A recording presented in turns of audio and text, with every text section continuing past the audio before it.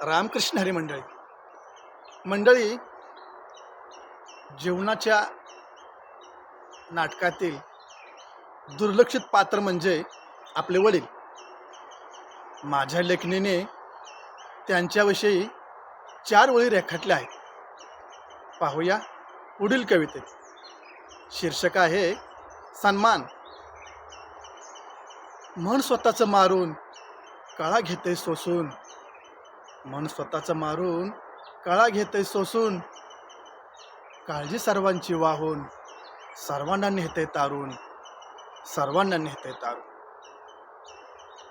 बाप नावाचं हे झाड, अहो झाड नव्हे ते तर पहाड. लेकराचं पुरवण्या लाड, उरात नबी जातय पल्याड, उरात नबी जातय पल्याड.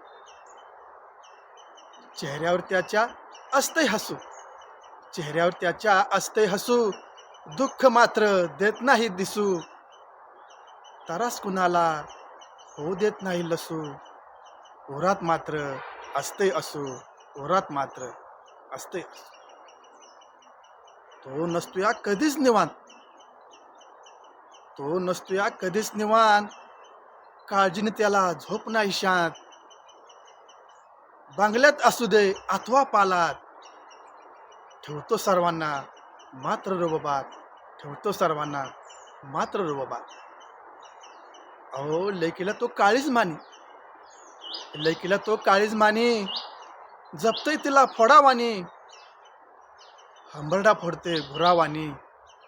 जेव्हा तिची होते पाठवणी, जेव्हा तिची होते पाठव. तोच असतो खरा कर्तृत्ववान,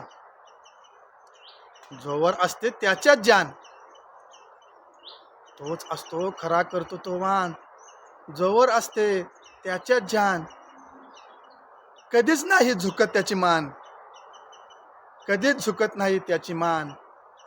म्हणून अशा हा देवाचा करा हो सन्मान, अशा हा देवाचा करा हो सन्मान, अशा हा देवाचा करा हो सन्मान. धन्यवाद.